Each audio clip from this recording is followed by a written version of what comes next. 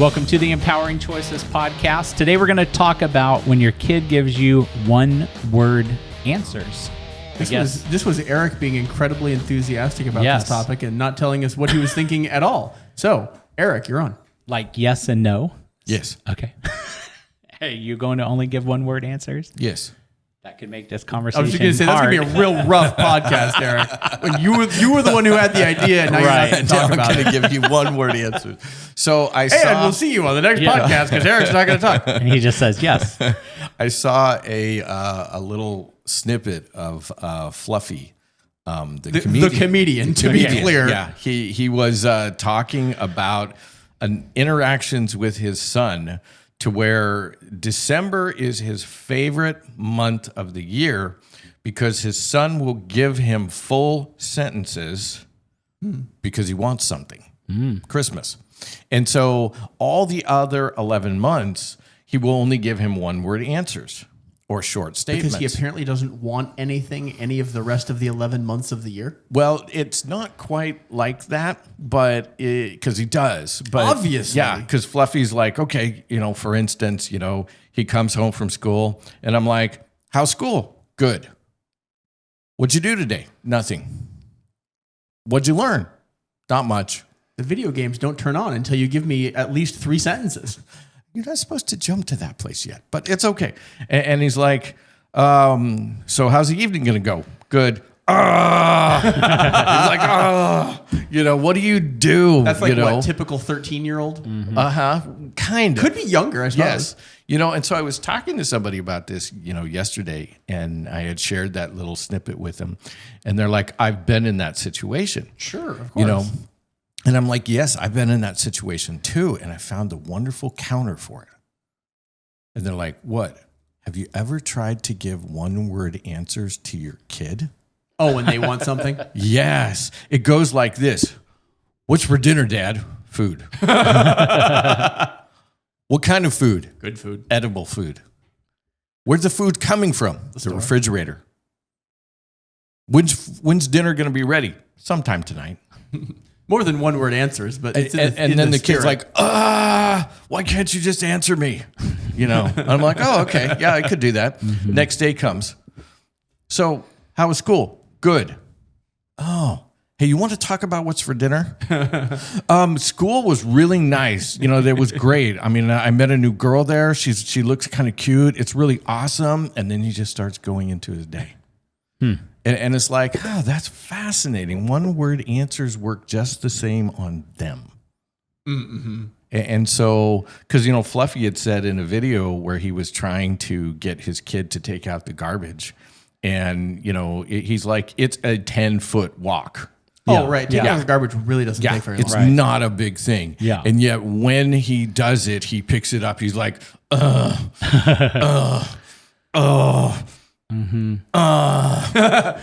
staring at you the whole time, making those noises. Yeah. And I think you're like, constipated. You're going to be getting some laxatives for right. And Fluffy goes, would you like the grunts like when you want someone to drive you somewhere? And I'm like, yeah, I did that. That actually works well. I mean, because the kid's like, hey, can you take me over here? Oh, get my keys. Can't believe this. Here we go. And the kid's like, are you going to do that the whole time? I am now. Right. Remember how you take out the trash? Well, and so you don't even have to make reference to that because they will make that connection at some point. And some kids they'll be like, why do you do that? I'm like, why do you do that when I ask you to take out the trash? Yeah. I mean, there could be a correlation. If you don't grunt, I won't grunt. How does it feel? Because I can take your grunts all day long. I don't care. But you have friends. How is that when you have friends? Don't grunt. Oh, are you going to grunt? I'll stop. So there's, because these same human behaviors that grind down on us, it's not because we're parents. It's because we're human. And if you're reversing some of those different things at different times, and depending on your kid and depending on your relationship is depending on the amount of conversation you're going to mix into that. Like, because you heard Lucas putting in some different comments at different times. Some kids I would put that in with, some kids I wouldn't. Yeah. And so it depends on how well you know their makeup and what your relationship is with them. So I think that like the theme, if there is one, is if your kid engages in a behavior and it's a behavior that you'd really like them to stop, you might try it on yourself to them. Yes. Yeah. The biggest difference. And obviously it's not going to work every time. No. Well, nothing always works all the time. No. And so you have to be thinking, and that's one of the differences, the main differences between kids and adults is that we think from the frontal cortex, which is the logic. We have big picture thinking. They don't.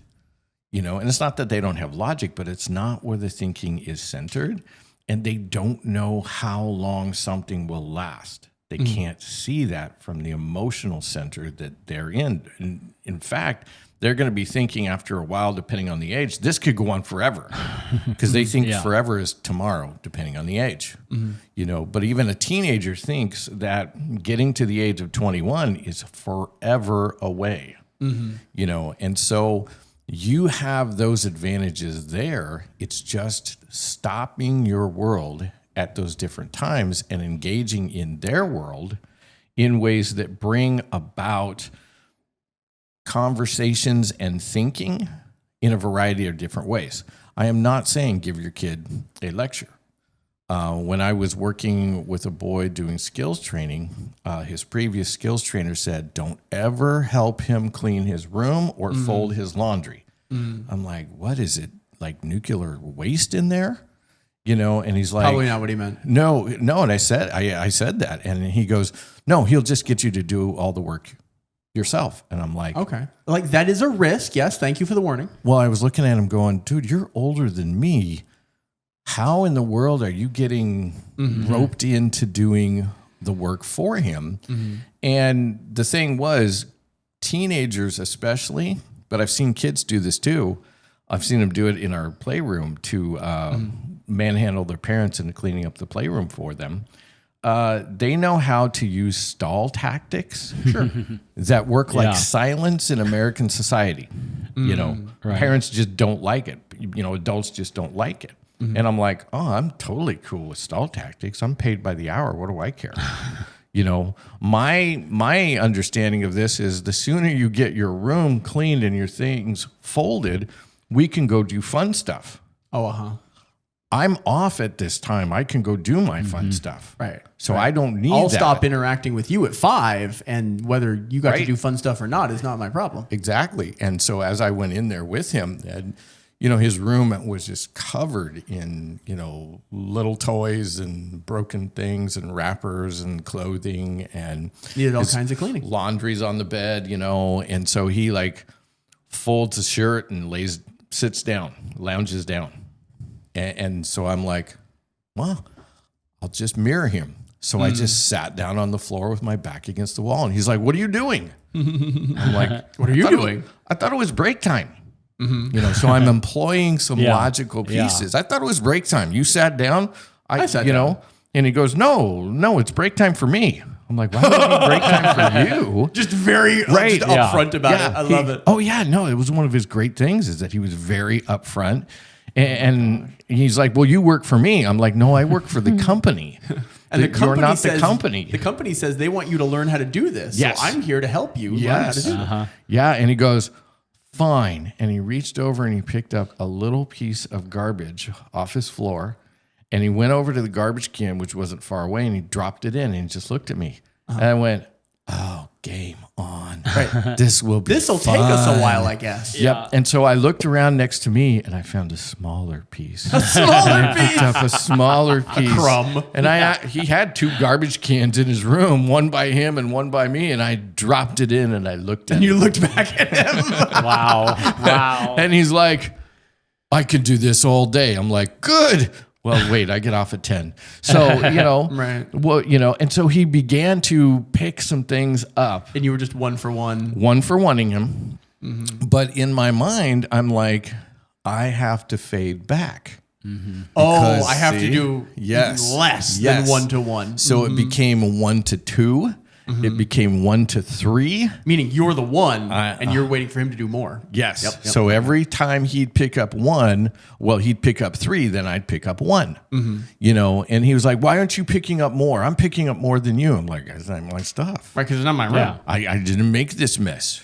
You know, I think at that point you should start taking things out of the garbage can and putting them back on the floor. I may have done that at one point. But I mean, again, like, I think the thing, like, for this podcast is think. Try to outthink your kid. These are ways to outthink your kid. You made them so you know 50% of where they're going to come from. So and then more specifically, besides just trying to outthink your kid, because literally that's, I mean, like, I'm talking to myself. Like, I have to outthink my kid instead of just yelling at them. Yep. Because yelling at them frequently doesn't work. And then reflect or repeat or copy their behaviors. Right. And get them, because you're using the mirror neurons to then get them to copy your behaviors. And I had rules, you know, because he's like, "Well, we got to get this clothing, you know, all folded and put away." I'm like, "You mean you got to get this clothing all folded and put away?" And he goes, "Will you help me?" I can respond to that.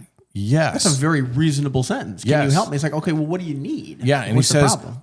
"Why don't you take care of those?" And so I looked at what those were, and it was a mixture of socks and underwear. And I said, "I need to let you know some rules that I have in folding clothing. I am happy to help you. I will not do it all. And my rules are, I don't fold socks. I don't fold underwear, not even my own. And I don't pick up dirty laundry. Those are yours. What would you like me to do?" And he said, "Well, you could work on some of these shirts." I said, "Some of these shirts I can work on." And I began to go slowly. Because I need him to understand that having me is a detriment. and Because so he was, because like, this is a kid who was capable. very Right. And then if you have a kid who's now, let me interrupt you for a minute. Yes, he's capable, but he has like 3-4 major diagnoses. He's in the developmentally disabled world, and so. But yes, he is capable, even though he has these pieces. Yeah. Well, and then the thing that I was going to say is, like, you know, I have a 3-year-old, and I'm not going to ask her to fold her own laundry because she's genuinely not capable of doing all of the fine motor things. Right. So, I mean, like, I don't know if that goes without saying, but I'm trying to be like Captain Obvious over here as we're like, you know, if somebody says, "Well, that's not going to work with my 3-year-old," it's like, okay, well, putting their toys. Like, if they dump the toys on the floor, they have the capability of putting those back in the basket. Yes. Right. Yeah. The laundry and the dishes, yeah, they will have to mature a little bit for those. But. My kid at the age of 3 pushed me out of the way, pushed his stool up to the sink, got on his stool, and was washing the dishes. And his whole body language was, "I got this. You stand over there." And my whole thought was, "Oh boy." I got to remember what he's washing, because he was like wash playing, and he was doing what he thought that I was doing and helping, and so I chose to let him do that, which meant I would have a little more work later on, which was still the same work I was going to be there to do anyhow. If anything, he's just loosening food that's on the plates, and you know that'll be helpful for me later on. But kind of coming back to this boy that I was helping, I am, because you're right, I see him as capable. I see every human being is capable at some level. That is, yes, that. And I have seen the most disabled show that they are. More than you might think. Exactly. Yeah. And so we're doing this whole room clean thing, this whole dance that you're doing with this him. whole dance for about, and I'd be at his house like 3 times a week, and so about a month and a half. Oh my, that's a long time. That is a long time. But the question I would have is, did he spend all of the time that you had with him doing this dance for a month and a half? For a month and a half. Dude, we that's did this a long time. Yes, because see this, he's stubborn. Yeah, I'm hearing that. Well, and the thing I was thinking of earlier, and it's the same thought here, is you have to out-stubborn your kid. Exactly. I've literally asked parents that. I said, "Are you willing to be more stubborn than they are?" And I still remember one parent who said, I don't know. Yeah. I said, well, you're not going to get anywhere until you are. Well, and that's the thing is today's world has so many fun things from baby all the way up to 99 or 105-year-old that when you're working with your own kid, that means you're making choices to not do some other fun thing you'd like to do. Parenting is work. And I totally get that. Yeah. But you have to see parenting and raising a child as one of those fun things because your kids can be your retirement or your detriment in retirement. I mean, even if you don't view it as fun, if you can view it as an investment, and that's what it takes. Yep. Yeah. Yeah. And see, I had a blast being there. I saw that as fun, whereas the other skills trainers, they couldn't see it as fun. They just wanted to get to the fun to help them have the fun. Right. And I'm like, dude, and so that's why you're doing it for them is because you don't want to sit there and watch them or argue with them. I wasn't arguing with him, but you don't want to have the battle. Right. So you could potentially say that you were having a power struggle and a fight with him. I It just wasn't loud. yeah, no, and that's a part of healthy growing and healthy growing up and healthy being raised. A month and a half in, because I would pick him up at school and we're walking down his hallway and, it's just a normal, here we go. And he had gotten this routine down pretty good and we would go out and we would do things after it. He just messed up his room, in between the times that I was there and he just stopped. And I mean, I just ran into him. And I'm like, is your door locked? And he goes, no. Well, I don't know. I haven't tried it yet. And he had turned around and he goes, you're fired. No, that's not what he said. He goes, I got this. I don't need you. He meant you're fired. And I went, wait. No, but I wanted to help. Did you just fire me? And he got this grin and he goes, yes, you're too slow. Amazing. You go out there with my sister. And I'm like, oh, I'm playing. I'm playing up. Oh, and he shut the door in my face and I turned around. Yes. Right. Yeah. And so I went out there and I sat on the couch with his sister. Sister's 5. And she had this big bowl of popcorn and she was kind of sitting, on a little past the middle of the couch. And so I sat on the end and I was just looking at the TV and she looked at me and she goes, you know who Hannah Montana is? Well, I mean, we have a state named, Montana. Good. And she laughed and she put the popcorn bowl between us and she goes, Keith, fire you, right? Yeah. And she goes, your Hannah Montana education begins today. And I'm like, I have no idea what this is. And she goes, it'll be good. I can answer questions. Oh my God. For the next year and a half, I'm out there on the couch getting a Hannah Montana. While he's cleaning his room. While he's cleaning his room. Until he was done. Until it was done. It was, and he would come out there and go, okay, I'm ready to go. And I go in there and it was awesome. Good. It was pristine, And so it's just. The advanced version is how can you teach him to do that when you're not there? But, That was it. Because eventually that was it. Okay. He eventually did. Yes. Now they also implemented a reward program, so a sticker program. Yep. That Hey, we're gonna have to do a podcast on we one of those are. someday. Yeah. I've got some information out. I'm just looking for the time to put it all together. But the additional points and things he would get in between the days that I was there, because you also have to have something that somebody wants to do. Right. And when in our town, when Borderlands was or Borders or Borderlands, now I can't remember. Both of those are names of stores, and I think you mean Borderlands. I think Borders Books was a bookstore. Yeah, no, Borderlands it was a computer game store. He loved going and renting time on those computers. Sure. Yeah. And so that became a huge motivator for him in between the days I was there. Yeah. And it helped him hone his choices because there'd be days where I would pick him up and he'd get in and go, yeah, I know we have to clean my room. It's going to take a while.